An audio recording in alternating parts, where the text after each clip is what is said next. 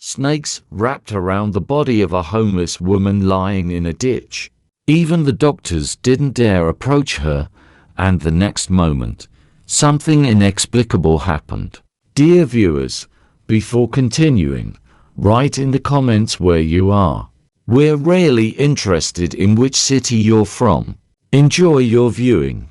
Dmitry hugged his grandmother Zinaida tightly. He came to visit her in a remote village.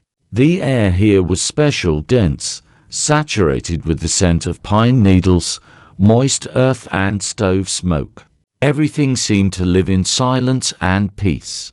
Well, Grandma, maybe you'll come with me after all, he repeated for the umpteenth time, as if he had returned to his childhood.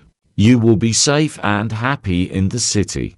No worries, rest for yourself. I can't do nothing, Dima.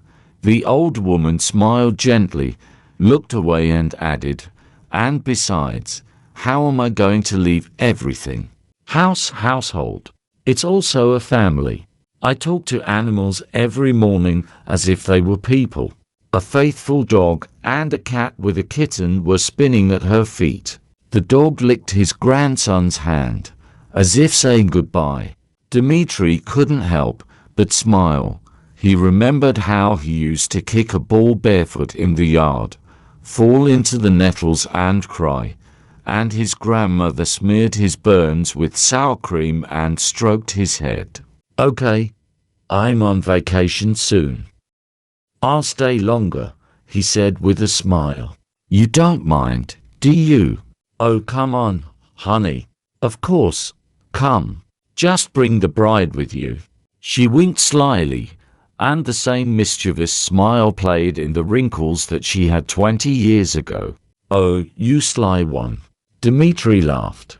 You're always trying to marry me off. And I don't even have a bride. Apparently, she hasn't been born yet. Oh, and you'll tell me. Grandma threw up her hands. You're already 27, and you're still joking. How long should I wait for her to grow up? They both laughed. Dmitry said goodbye and drove away, trying to get off the country road before dark, so that he could get on the highway later. It was safer that way. The car's tires were steady, and his thoughts were in the past. Everything, the smell of the village, Grandma's voice, her measured breathing filled my soul with aching sadness and warmth. He really wasn't lying. He didn't have a fiancée. Relationships happened, but they were short-lived. Although Dmitry had all the conditions, a spacious two-bedroom apartment in the city center, a prestigious job in logistics. He was smart, calm, reliable, but the girls were sometimes frivolous, sometimes demanding, sometimes completely empty. The last attempt is light. The girl came from the village, studied at the university, lived in a dormitory. Dmitry invited her to move in with him. She screamed with happiness and promised to be perfect. But after a couple of weeks, it became clear that she was not perfect. Sveta, have you prepared anything? What is it? He asked in the evening, warily taking off his jacket. Didn't you order a pizza? I thought you'd decide for yourself, she replied. I've been at work all day, Dmitry said, holding back his irritation. Well, there were scrambled eggs this morning. I also made dumplings, but I ate them myself. There's just a little bit left, Sveta casually said. And in the kitchen, there is a mountain of unwashed dishes, greasy stains, chaos and scattered things. I'm not your housekeeper, Sveta cried when he said it couldn't go on like this. You're just looking for a maid. She slammed the door and left. Dmitry cleaned up, cooked himself dinner and breathed a sigh of relief, although there was an emptiness in his soul. Now he was driving on the highway at night. Suddenly, he noticed a car with an emergency light on at the curb. A man was standing nearby. Is something wrong? Dmitry asked, opening the window a crack. "It's a strange thing," he replied. "I was driving by half an hour ago, and this car was already parked. I'm on my way back now, and it's the same. There's no one inside. Let's go take a look," Dmitri suggested and took out a flashlight. He wasn't thinking about fear. He just had a feeling inside that he needed to step in. They noticed a flattened strip in the grass, as if someone had gone down.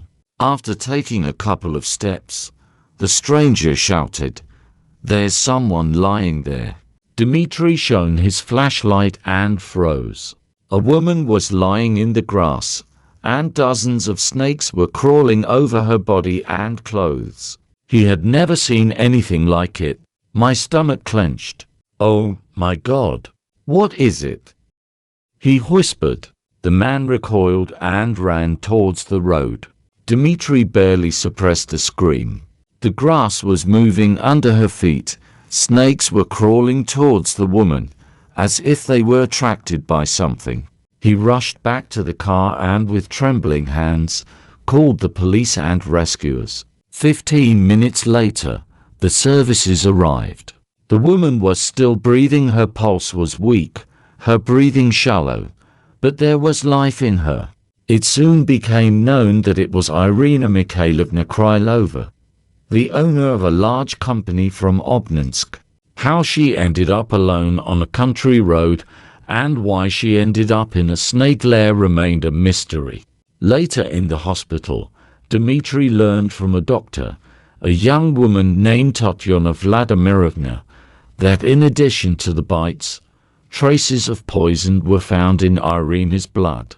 They tried to poison her. "I'm telling you this unofficially," Tatyana confessed, looking Dmitri in the eye. "It's simple. You saved her life. Thank you. And thank you, and I'm sorry if this is inappropriate." Dmitri was embarrassed. "You are not only a wonderful doctor, but also a very beautiful woman." The words came out on their own. "I don't have a husband, if that's what you wanted to ask," Tatyana replied with a slight smile. That's how their meetings began, which gradually turned into something more.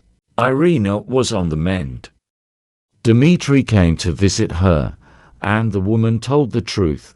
Her younger sister Alyona, envious and malicious, tried to poison her. It's because of the inheritance. She put poison in the tea, hoping that Irina would die on the way home. I felt sick. I went outside, slipped.